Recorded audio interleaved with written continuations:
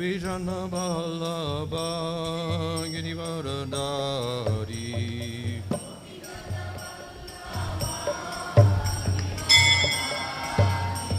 Yasodanandana Bradajana Ranjana Yas Jamunati Ravanachari Jamunati Jaya Radha Madhava Kunja Bihari Jaya Radha Hare Krishna Krishna Krishna Hare Hare Hare Rama Rama Rama Hare Hare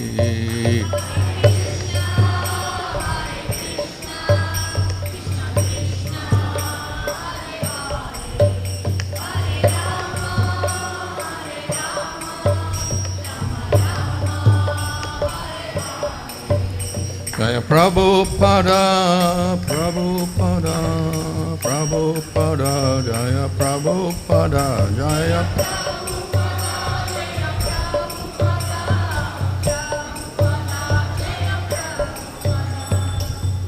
Jaya Shambha Paramatma Rajagacharya Sadasisvadesi Bhaktivinoda Samsara Prabhupada Jai Jai Param Sagahal Sri Krishna Chaitanya Prabhu Nityananda Sri Radha Gadadhar Shri Gaur Bhakta Vrinda Ki Jai Shri Sri Radha Krishna Baba Gopi Das Shama Kunda Radha Pada Giri Govardhan Ki Jai Shri Vrindavan Dham Ki Jai Dham Ki Jai Gang Jamuna Tulasi Bhakti Devi Ki Jai Jai Go Premanandi All glories to some of the devotees, all glories to some of the devotees, all glories to some of the devotees. All glories to Sri Guru and Sri Gurung, all glories to Sri Prabhupada.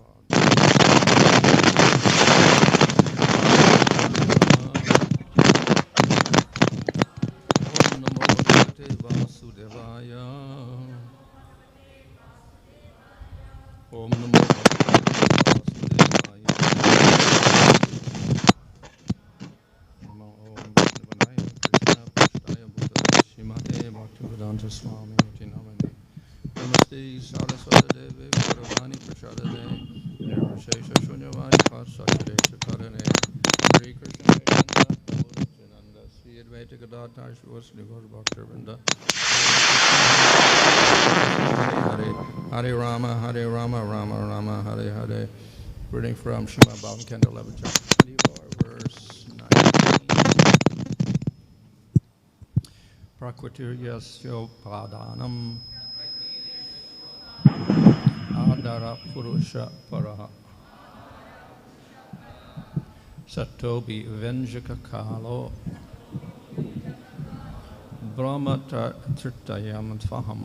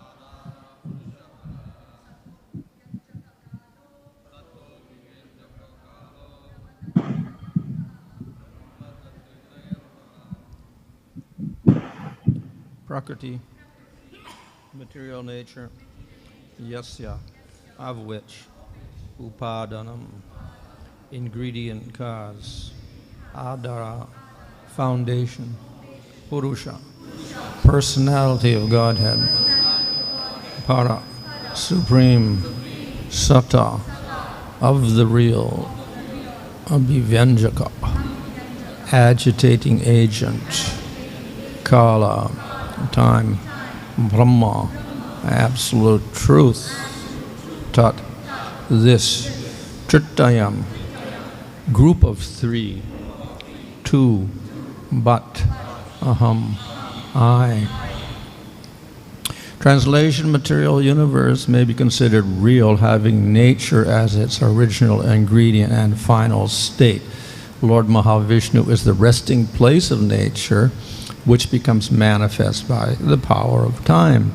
Thus, nature, Almighty Vishnu, and time are not different from me, the Supreme Absolute Truth. Purport: material nature is the energy of the Lord. Mahā-Viṣṇu is his plenary portion, and time represents the Lord's activity. In this way, time and nature are always subservient to the Supreme Personality of Godhead, who creates, maintains, and annihilates all that exists through the agency of its potencies and plenary portions. In other words, Lord Krishna is the absolute truth because he contains all existence within himself. 20. As long as the Supreme Personality of God continues to glance upon nature, the material world continues to exist, perpetually manifesting through procreation the great and variegated flow of universal creation. Purport: although the Mahatattva, impelled by the force of time, is the ingredient cause of this world, it is clearly explained here that the Supreme Lord is personally the only ultimate cause of all that exists. Time and nature are powerless to act without the glance of the Personality of Godhead. He creates unlimited material variety for the sense gratification of the conditioned souls who try to enjoy life as the children of particular parents and as the parents of particular children through the 8,400,000 species of life.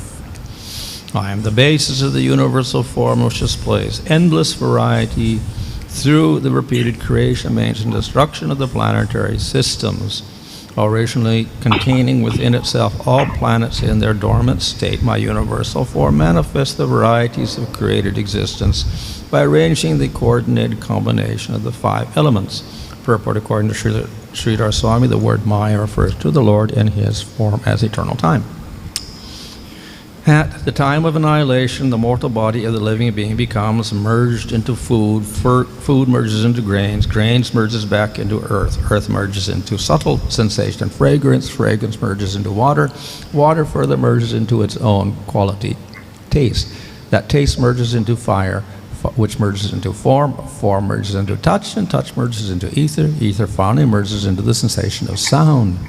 The senses all merge into their own origins, the presiding demigods, and they, O gentle Uddhava, merge into the controlling mind, which itself merges into false ego in the mode of goodness. Sound becomes one with the false ego in the mode of ignorance, and the all-powerful false ego, the first of all the physical elements, merges into the total nature. The total material nature, the primary repository of the three modes, dissolves into the modes. These modes of nature then merge into the unmanifest form of nature, and the unmanifest form merges into time. Time merges into the Supreme Lord, present in the form of the omniscient Mahapuruṣaḥ, the original activator of all living beings. That origin of life merges into me, the unborn Supreme Soul, who remains alone, established within himself. It is from him that all creation and annihilation are manifested. Purport: the annihilation of the material world is the reversal of the process of creation, and ultimately everything is merged to rest within the Supreme Lord, who remains full in his absolute position. 28. Just as the rising sun removes the darkness of the sky, similarly the scientific knowledge of the cosmic annihilation removes all illusory duality from the mind of a serious student. Even if illusion somehow enters his heart, it cannot remain there. Purport, just as the brilliant sun removes all darkness from the sky, a clear understanding of the knowledge spoken by Lord Krishna to Uddhava removes all ignorance concocted by the material mind. One will then no longer accept the material body as the self. Even if such illusion temporarily manifests within one's consciousness, it will be driven away by the resurgence of one's spiritual knowledge. Thus I, the perfect seer of everything material and spiritual, has spoken this knowledge of Sankhya, which destroys the illusion of doubt by scientific analysis of creation and annihilation. Purport, Lord Krishna here explained that the material mind accepts and rejects many different concepts of life, generating innumerable false arguments about the actual process of perfection. But a person who takes shelter of the lotus feet of the Supreme Personality of Godhead can see everything with clear intelligence. One who understands how the Supreme Lord creates and annihilates can be liberated from material bondage and devote himself to the eternal service of the Supreme Lord. So this concludes the chapter, and it discusses the destruction of everything. இவ்வாறு இந்த அத்தியாயம் நிறைவு பெறுகிறது. இது அழிதலை பற்றி விளக்குகிறது. Previously, the creation was described, how Mahā-Viṣṇu glances, and then Mahatatma forms, and Ahankara, etc. forms. இதற்கு முன்பு எவ்வாறு உற்பத்தி ஏற்படுகிறது என்பது விளக்கப்பட்டது. மகாவிஷ்ணுவிடமிருந்து பௌதிக இயற்கை எவ்வாறு உண்டாகிறது என்பது நமக்கு விளக்கப்பட்டது. So by the will of the Lord, the universes manifest, and then again they all disappear. இவ்வாறு பகவானுடைய இச்சையின் காரணமாக பிரபஞ்சங்கள் உற்பத்தியாகின்றன, இறுதியில் அவரிடம் லயமாகின்றன. So the previous verses were talking about how the clay remains even though the pot is destroyed. முந்தைய ஸ்லோகங்களில் இவ்வாறு பானை உடைக்கப்பட்டாலும் கூட களிமண் அதுவாகவே இருப்பதை பற்றி நாம் பேசினோம். So similarly, whole universe is there, created out of prakrti. It merges back into prakrti. இவ்வாறு பிரகிருதியிலிருந்து சிருஷ்டி செய்யப்பட்ட பிரபஞ்சம் பிரகிருதியிலேயே லயமாகிறது. But then we see it goes further than that. We have time factor, and then we have Supreme Lord. இதையும் கடந்து செல்வதையும் நாம் காண்கிறோம். இதற்கு அப்பால் காலம் இருக்கிறது, காலத்திற்கு அப்பால் பரமபுருஷ பகவான் இருக்கிறார். So everything disappears and only the Supreme Lord remains. அனைத்தும் அழிந்து போய் இறுதியில் பரமபுருஷ பகவான் மட்டுமே மீதம் இருக்கிறார். So the Lord is there in the beginning, he's there in the middle, he's there in the end. எனவே பகவான் ஆரம்பத்திலும் நடுவிலும் இறுதியிலும் இருக்கிறார். So therefore he is the absolute truth, the highest entity. எனவே அவரே பரம சத்தியமாவார், அனைத்துக்கும் உன்னதமான நிலையில் இருக்கிறார். Now of course the argument is there, okay, the highest entity is this something or other. Is it impersonal or is it personal? ஆனால் வாதம் என்னவென்றால் எல்லாவற்றுக்கும் மேலாக ஒருவர் இருப்பதை ஏற்றுக்கொள்கிறோம், ஆனால் அது ஒரு நபரா அல்லது அருவமா? So the Sankhya philosophers don't even believe that it exists. Only there's jiva and prakrti. That's it. There is no further thing. சங்கிய தத்துவவாதிகள் ஜீவாத்மாவும் பிரகிருதியும் மட்டுமே இருப்பதாகவும் அதற்கு அப்பால் யாரும் இல்லை என்றும் கருதுகிறார்கள். But the logicians, the Nyayikas, they will say no, there is also a supreme entity there. ஆனால் தத்துவவாதிகளும் நியாயவாதிகளும் இவற்றுக்கும் அப்பால் ஒரு பரமபுருஷர் இருக்கிறார் என்று கூறுவார்கள். But it's impersonal. ஆனால் அவர் அருவம் என்பார்கள். Shankaracharya says that everything is actually illusory, so nothing really happens at all. Only Brahmana is there. சங்கராச்சாரியார் அனைத்தும் மாயை, எனவே இருப்பது எதுவுமே இல்லை, பிரம்மன் மட்டுமே இருக்கிறது என்று கூறுவார். So only Brahman exists, everything else is illusion. பிரம்மன் மட்டும் இருக்கிறார், மற்ற அனைத்தும் மாயை என்பார். But of course here's the opposite. No, the world is real, it's not an illusion. ஆனால் இங்கு அதற்கு எதிர்மறையான ஒரு தத்துவம் விளக்கப்படுகிறது, பிரபஞ்சம் இருக்கிறது, அது உண்மையானது என்று. But who is that entity? So Bhagavatam says it's Supreme Lord. ஆனால் அந்த பிரபஞ்சமாக விளங்குபவர் யார்? பாகவதம் விளக்குகிறது, அது பரமபுருஷ பகவானே என்று. So in the very beginning of the second canto there, the four Chatusloki, the main verses of the Bhagavatam were spoken by Supreme Lord to Brahma. இரண்டாவது ஸ்கந்தத்தின் தொடக்கத்திலேயே சதுஸ்லோகி பாகவதம் எனக்கூடிய அந்த 4 ஸ்லோகங்கள் பரமபுருஷ பகவானால் பிரம்மாவுக்கு பேசப்படுகின்றன. So that those verses represent the whole Bhagavatam. இந்த ஸ்லோகங்கள் முழு பாகவதத்தையும் நமக்கு பிரதிநிதித்துவப்படுத்துகின்றன. So that first verse says, aham evasam evagre. Before everything, I only exist. அதன் முதல் ஸ்லோகம் அனைத்தும் உற்பத்தியாவதற்கு முன்னால் நான் மட்டுமே இருக்கிறேன் என்று கூறுகிறது. And then after everything, I only exist. அதன் பிறகும் இறுதியில் நான் மட்டுமே மீதம் இருக்கிறேன் என்று கூறுகிறது. So of course, our acharyas say this will indicate, yes, Supreme Lord is everything, and it's not impersonal because he's saying I. He's speaking. ஆச்சாரியர்கள் நமக்கு விளக்குகிறார்கள், பரமபுருஷ பகவான் இருக்கிறார், ஆனால் அவர் அருவம் அல்ல, நான் என்று கூறுவதன் மூலமாக அவரை ஒரு உருவமாக அறிய வேண்டும். So the source of the universe is not something impersonal, but it's a Supreme Lord who has a personal identity. பிரபஞ்சத்தின் தொடக்கம் ஒரு அருவம் அல்ல, தனக்கென்று ஒரு அடையாளம் இருக்கக்கூடிய பரமபுருஷ பகவானே இதன் தொடக்கம். So in this way, the Bhagavatam is based upon this fundamental concept of personal Lord as the highest entity. இவ்வாறு அனைத்துக்கும் உச்சக்கட்டத்தில் ஒரு நபராக பரமபுருஷ பகவான் இருப்பதன் கொள்கையின் அடிப்படையிலேயே பாகவதம் அமைந்திருக்கிறது. So this is important because we cannot establish bhakti as the process unless we have a personal form of the Lord. இது ஒரு முக்கியமான கோட்பாடாகும். ஏனென்றால் பகவானை பற்றிய ஒரு தனி வியக்தித்துவம் நமக்கு இல்லாத வரையில் பக்தியை நாம் நிலைநிறுத்த முடியாது. You cannot have bhakti for impersonal Brahman. அருவ பிரம்மனுக்கு நாம் பக்தி செய்ய முடியாது. Because you cannot serve with devotion something that has no form. உருவமற்ற ஒன்றுக்கு அன்பான பக்தி தொண்டு செய்ய முடியாது. And from which you're non-different. அவரிடமிருந்து நாம் மாறுபட்டவர் அல்ல என்னும் பொழுது. So that is why the Bhagavatam makes it very clear that the Supreme Lord is a personal entity. எனவே பாகவதம் நமக்கு தெளிவுபடுத்துகிறது பரமபுருஷர் என்பவர் ஒரு தனி நபர் ஆவார் என்று. Of course, the argument can be given, okay, so yes, the Lord is describing, yes, I am the source of everything, but who is that Lord? அப்பொழுது மற்றொரு வாதம் எழலாம். பகவான் கூறுகிறார் நான் தான் அனைத்துக்கும் மேலானவன் என்று. ஆனால் அவர் யார் என்று எப்படி அறிவது? So many will say it's Vishnu. பலர் அவர் விஷ்ணுவே என்று கூறுவார்.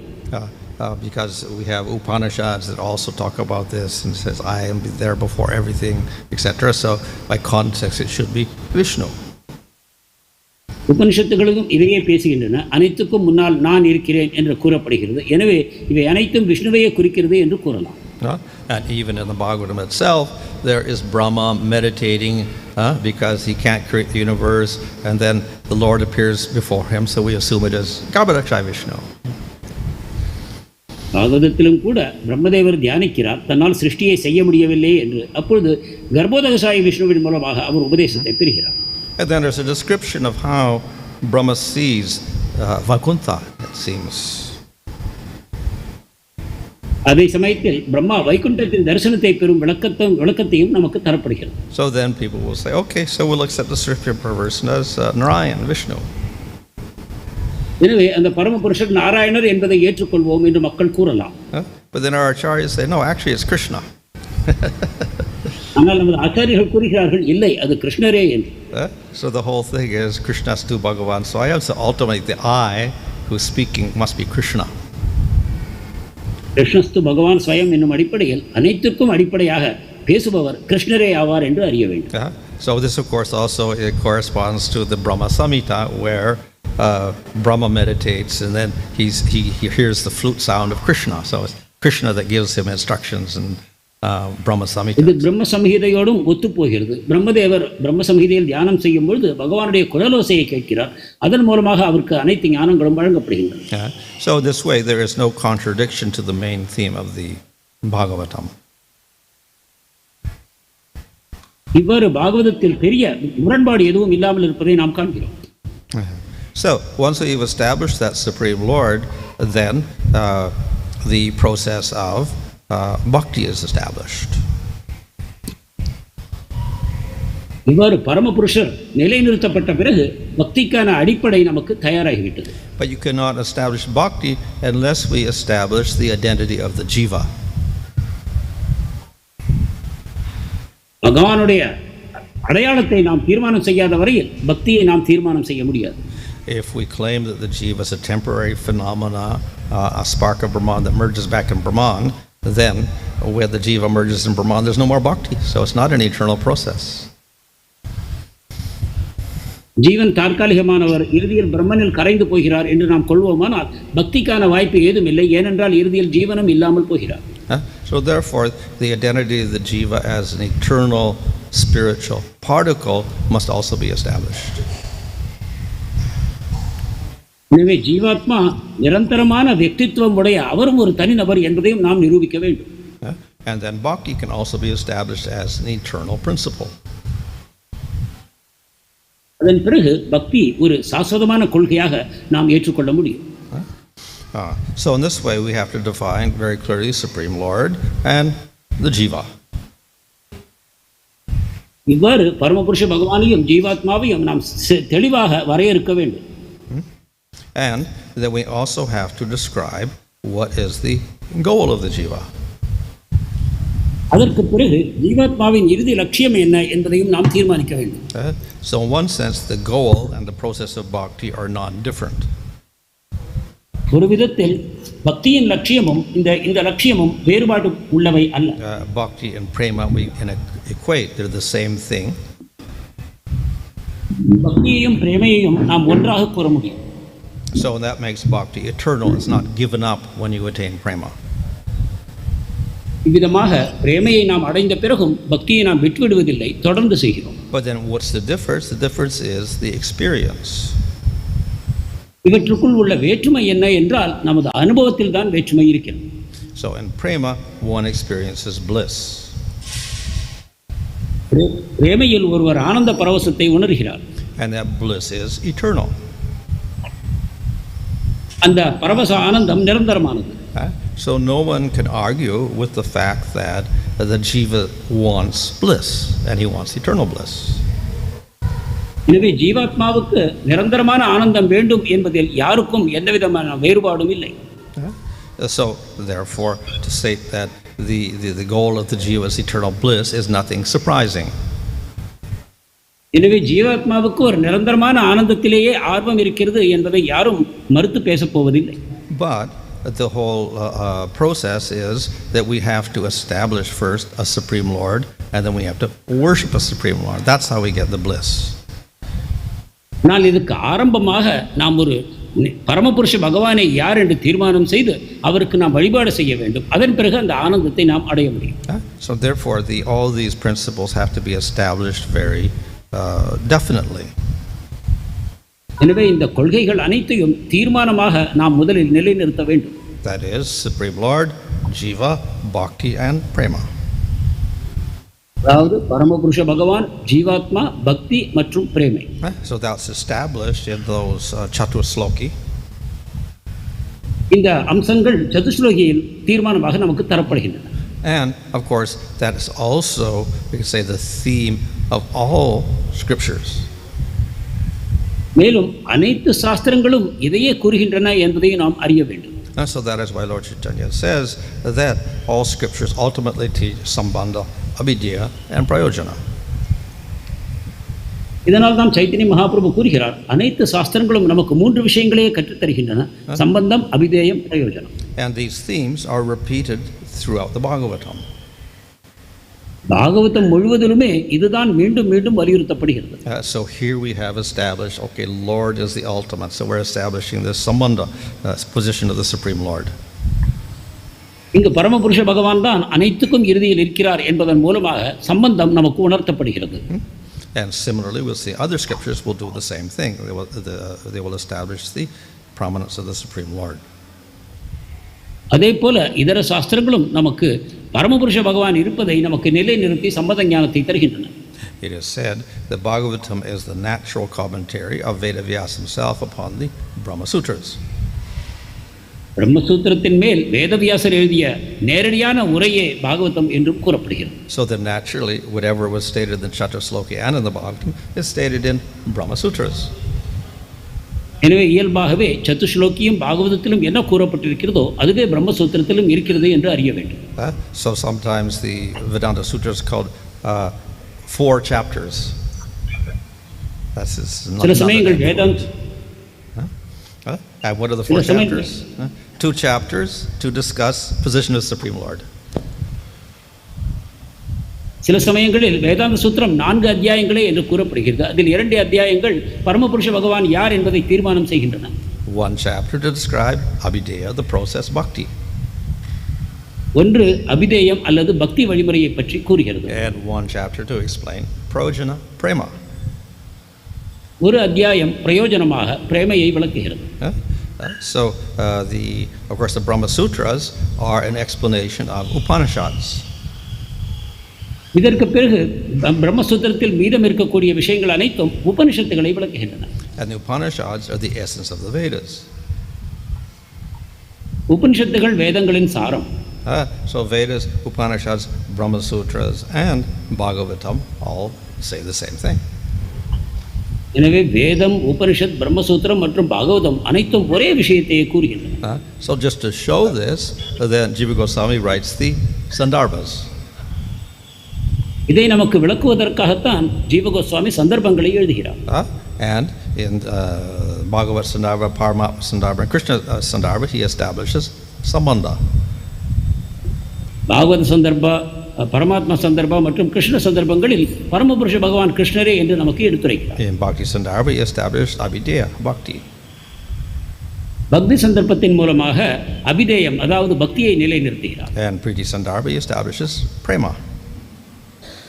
பிரீத்தி சந்தர்ப்பத்தின் மூலமாக பிரேமையை நிலைநிறுத்துகிறார். And he does this by taking verses from Bhagavatam. இதை எவ்வாறு செய்கிறார் என்றால் பாகவதத்திலிருந்து ஸ்லோகங்களை எடுத்துக்கொண்டு செய்கிறார். So in other words, Bhagavatam is about sambandha abhideya prayojana again. அதிலிருந்து நாம் புரிந்து கொள்ள வேண்டும் பாகவதம் சம்பந்தம் அபிதேயம் பிரயோஜனம் இவற்றை பற்றியதுதான். So in this way, the Bhagavatam is presenting what is in the Vedas. இவ்வாறு பாகவதம் வேதங்களில் உள்ள விஷயங்களை நமக்கு எடுத்துரைக்கிறது. But with the unique feature of making very clear that when we talk about Brahman, tato bhivyañjakaḥ, we ultimately mean Krsna. ஆனால் அதன் தனிப்பட்ட தன்மை என்ன என்றால் அதாதோ பிரம்ம ஜிக்ஞாசா என்று பிரம்மனை பற்றி பேசும்பொழுது அது இறுதியில் கிருஷ்ணரே என்று நமக்கு தெரிவிக்கிறது. And when we speak about Ananda, then we're talking about rasa. ஆனந்தத்தை பற்றி பேசும்பொழுது நாம் ரசத்தை பற்றி பேசுகிறோம் என்பதையும் அது தெளிவுபடுத்துகிறது. So in this way, the Bhagavatam topics we should understand in relation to these themes and all in relation to Krishna. இவ்வாறு பாகவதத்தின் பொழிப்புரை அனைத்தும் இந்த 3 கோட்பாடுகளின் அடிப்படையில் இறுதியில் அவை அனைத்தும் கிருஷ்ணரை பற்றியவை என்றும் நாம் புரிந்து கொள்ள வேண்டும். Hare Krishna. Maharaj said that there is a Vaikuntha planet within the material world. So the question may be arise that if jivas go to that planet, they are liberated or? ஜடவுலகிலும் Vaikunta லோகங்கள் இருப்பதை பற்றி பேசினோம். ஜீவாத்மா அங்கு சென்று சேர்ந்தால் அவர் விடுதலை பெற்றார் என்று கூற முடியுமா? Well, actually there's several planets. One is a Vaikuntha made by Vaikuntha, the avatar called Vaikuntha. I think his mother wanted a planet, so he made a planet in the material. Well, that's one Vaikuntha. பல வைகுந்தங்கள் இருக்கின்றன. உதாரணமாக வைகுந்தா என்ற ஒரு அவதாரம் இருக்கிறது. அவருடைய தாயாரின் ஆவலின் பேரில் அவர் அந்த வைகுண்டம் என்ற ஒரு கிரகத்தை உண்டாக்கினார். There's Dhruvaloka where the Lord resides with Dhruva. மேலும் துருவலோகம் இருக்கிறது. அங்கு பகவான் துருவனோடு சேர்ந்து வாழ்கிறார். We have Svetadvipa where Kshirodakṣayi resides. ஸ்வேதத்வீபத்தில் க்ஷீரோதகசாயி Vishnu வாழ்கிறார். We have Garbhodakṣayi Vishnu in the Garbhodak ocean. It's also his own Vaikuntha.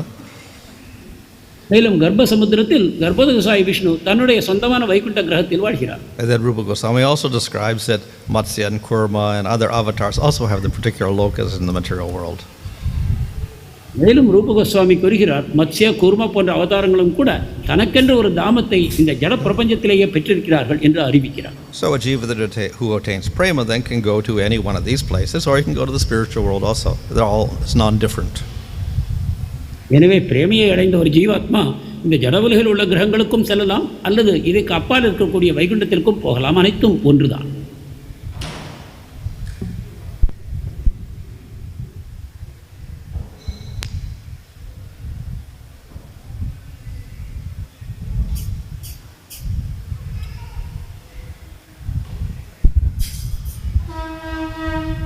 This process of creation and destruction, can it be seen by the higher superior living beings?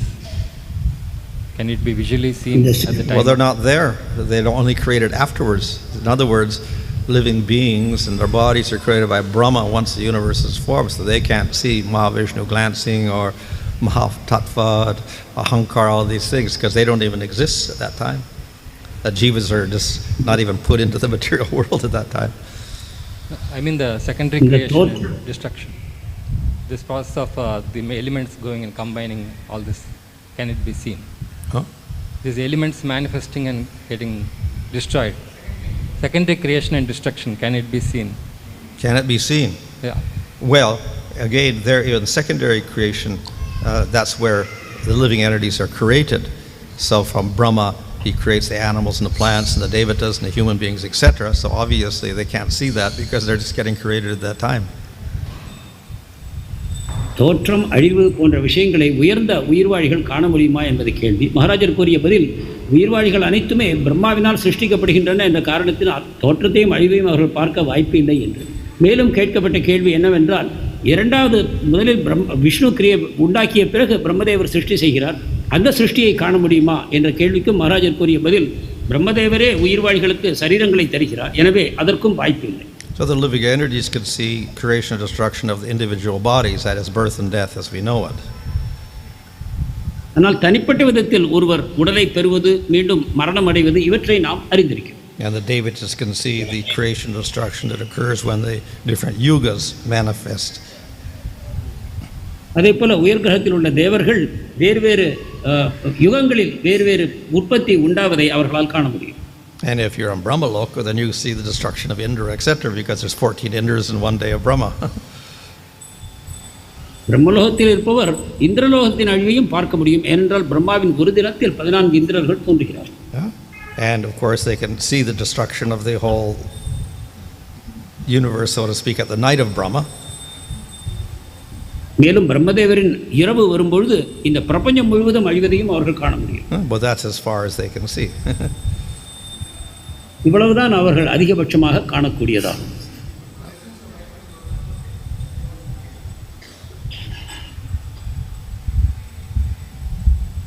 What about the spiritual world, the residents of Vaikuntha Lake? Of course, they won't be interested to see what is destruction. No, obviously in Vaikuntha there's nothing to do with the material world, so you don't witness any of that. ஆன்மீக உலகத்தில் உள்ள வைகுண்டவாசிகள் இந்த ஜட உலகத்தை பற்றி காண்பதில் அவர்களுக்கு எந்த ஆர்வமும் இல்லை, அவர்கள் இவற்றை காண்பதும் இல்லை.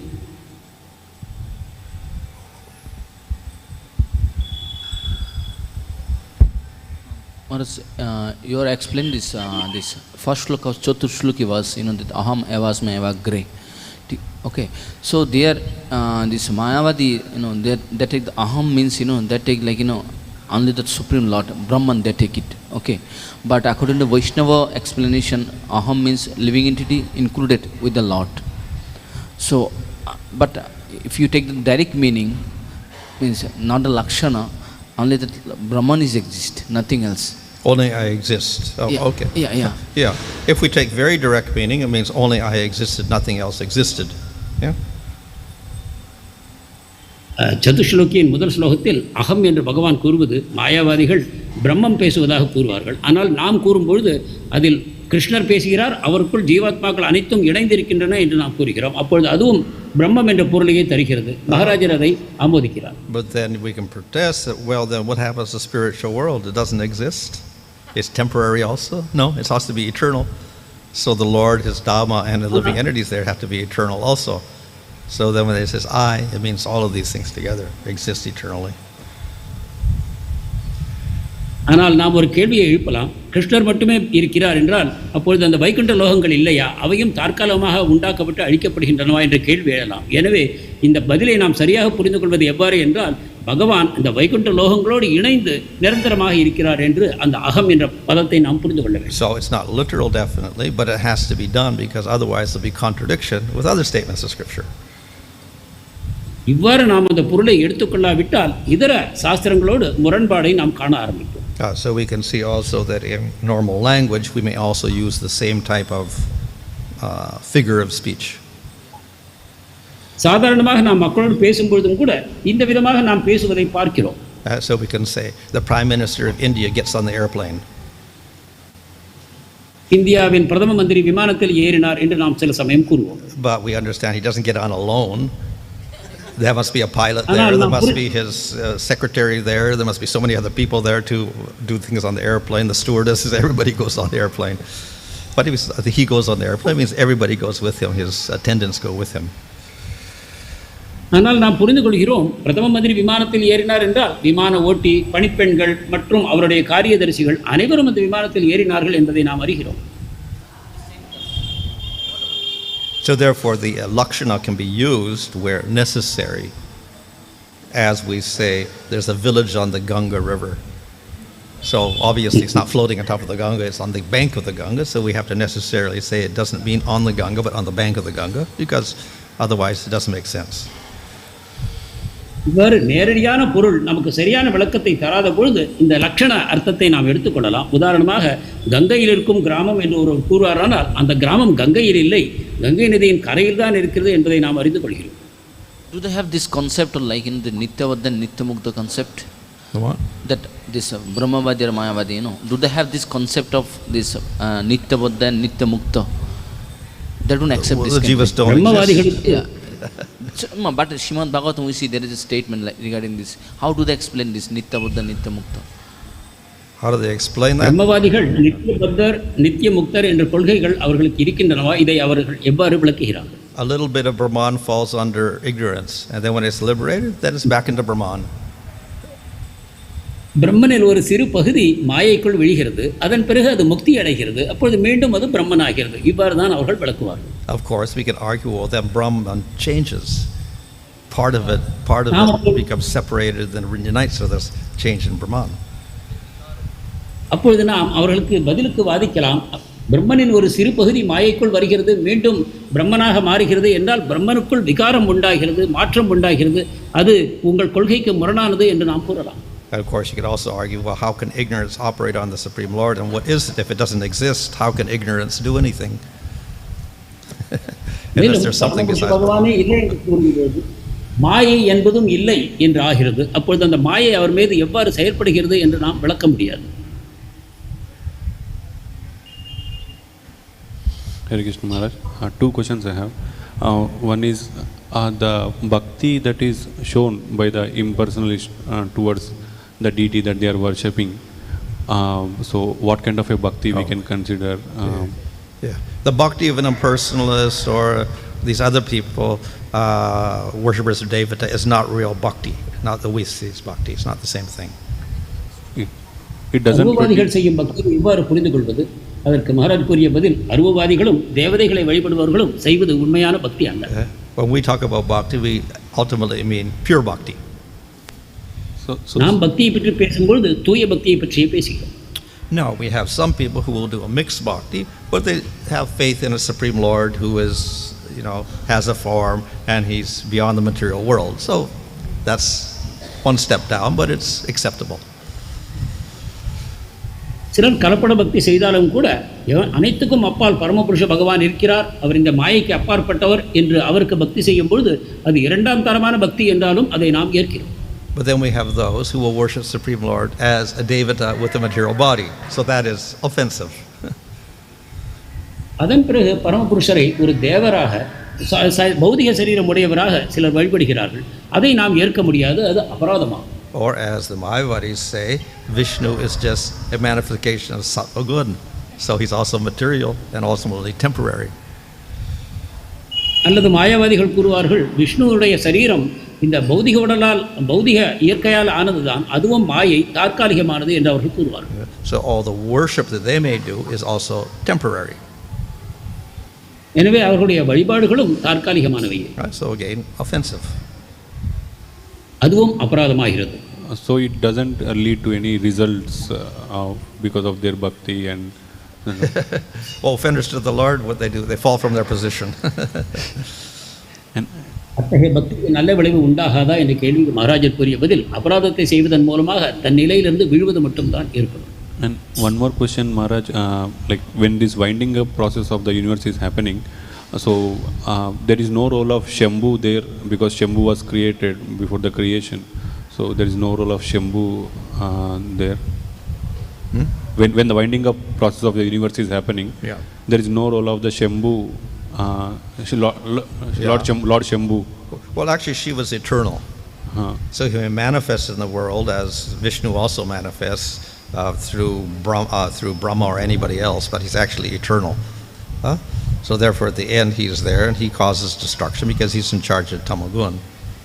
So he's there, and he has his eternal abode above the material world.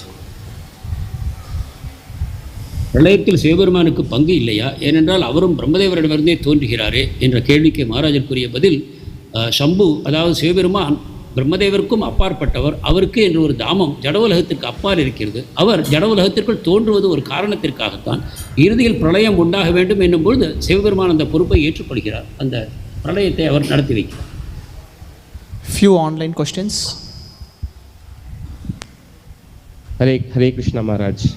This is Sureshwar Srinivas reading out the questions. Just in the interest of time, I'll keep it very short. Maharaj, we saw about the destructions today. This seems to be more of from a gross elements destruction. So can we also assume that in the pralaya, the subtle elements are also destructed, including the false ego of all the jivas, etc. and all that? இப்பொழுது நாம் பிரளயத்தை பற்றி பேசினோம். அதில் ஸ்தூலமான அழிவை பற்றி நாம் அதிகமாக பேசியிருக்கிறோம். சூக்ஷ்மமான மூலகங்களும் கூட அவ்வாறு அழிவை சந்திக்கின்றனவா? Well, that is mentioned here, how the gross elements merge into the tanmatras, the sense objects, and the sense objects ultimately merge into tamasika ahankara, and the senses merge into rajasika ahankara, and the devatas in the mind merge into sattvika ahankara, and ahankara, all the ahankaras merge into mahatattva, mahatattva merges into prakrti, prakrti merges into time merges into Supreme Lord. So yeah, all the subtle elements and the gross elements ultimately disappear. இந்த கேள்விக்கான விடைகளையும் இன்று கண்ட ஸ்லோகங்களில் நாம் பார்த்தோம். எவ்வாறு ஜட பொருட்கள் அனைத்தும் அவற்றுக்கான தன்மாத்திரைகள் மற்றும் புலன்கள் அவற்றுக்குள் கரைந்து போகின்றன. அதன் பிறகு இறுதியில் அவை மனத்துக்குள்ளும், மனம் போலி அகங்காரத்திற்குள்ளும், அதன் பிறகு அவை அனைத்தும் இயற்கையுடன் கரைந்து போகின்றன. அதற்கு அப்பால் காலம் இருக்கிறது. அந்த காலமும் கரைந்து போய் பரமபுருஷ பகவானுக்குள் லயமாகிறது என்று விளக்கப்பட்டது. But there also prakrti is never destroyed. It just doesn't operate.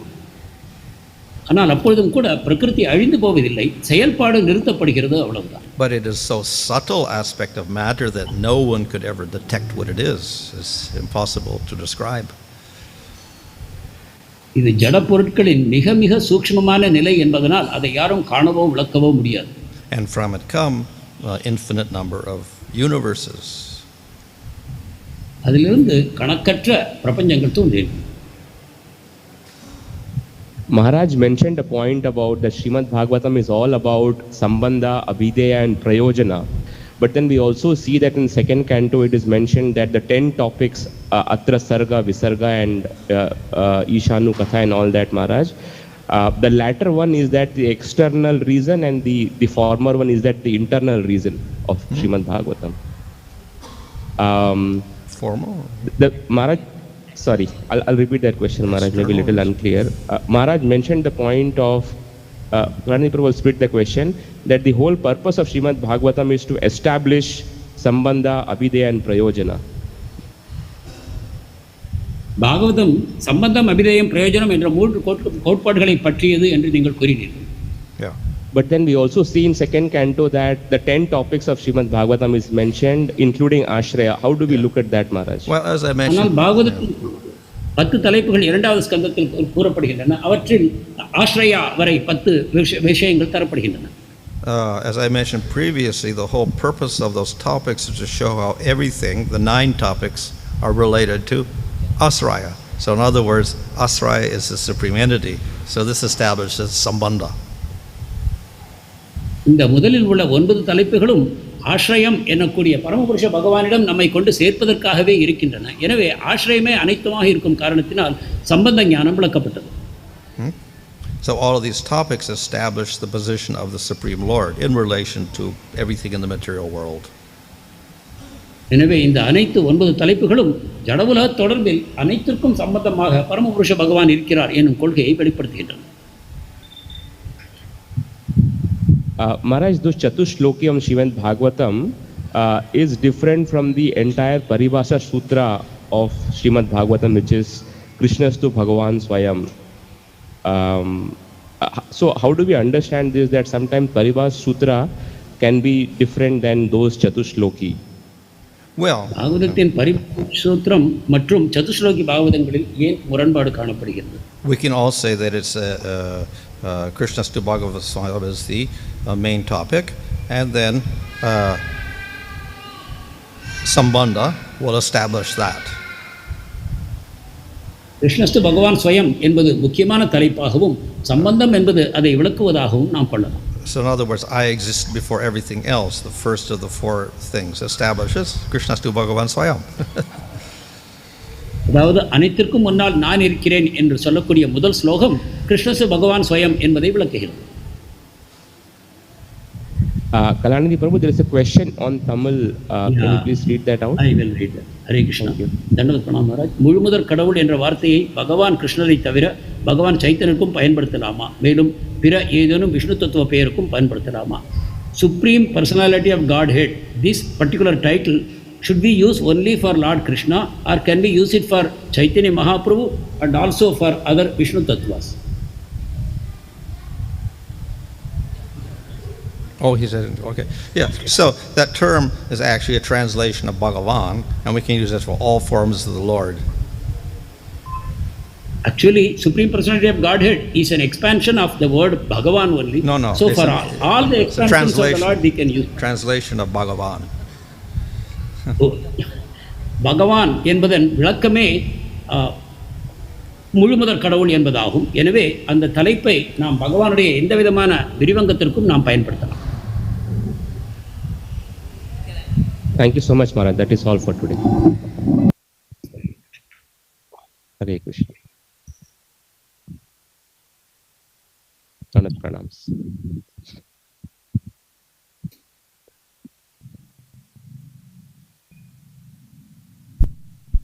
Hare Krishna. So today's special decoration is decorated by our Divya Prakash Prabhu, Madan Prabhu and all the pujaris. So let us chant one time Hare Krishna Mahamantra so that they can do more and more service for the pleasure of Shri Sharda, Krishna Lalita Vishaka, God Nitai, Jagannath, Brother Subudhamani, by chanting one time loudly Hare Krishna Mahamantra. Hare Krishna, Hare Krishna, Krishna Krishna, Krishna, Hare Hare, Hare Rama, Rama Rama. Also, many devotees will be wondering why Krishna is in the forest today. Because this is a change of season from summer to rainy season. In Vrindavan, many temples, especially Banki Bihari, the deity altar is filled with creepers and trees and flowers and different types of greenery. And this festival is called Hariyali Tees. It's very famously celebrated in the northern part of India. It's also associated with Shiva and Parvati also. So Vrindavan means green, one forest. So we wish that everyone's life is always green, environmental friendly. So that's the beautiful thing. Today it will be very nice if devotees are coming again back, bring a lot of fruits. We can fill the entire altar with fruits, mangoes and even vegetables can be, that can be given as prasad to everyone. Hare Krishna. இன்றைய பண்டிகைக்கு பேர் வந்து hariyali these. ஹரியாலினா ஹரினா Vishnu. ஹிந்தியில் வந்து ஹரினா பச்சையாக இருக்கும். பச்சைனா வந்து செடிகள்.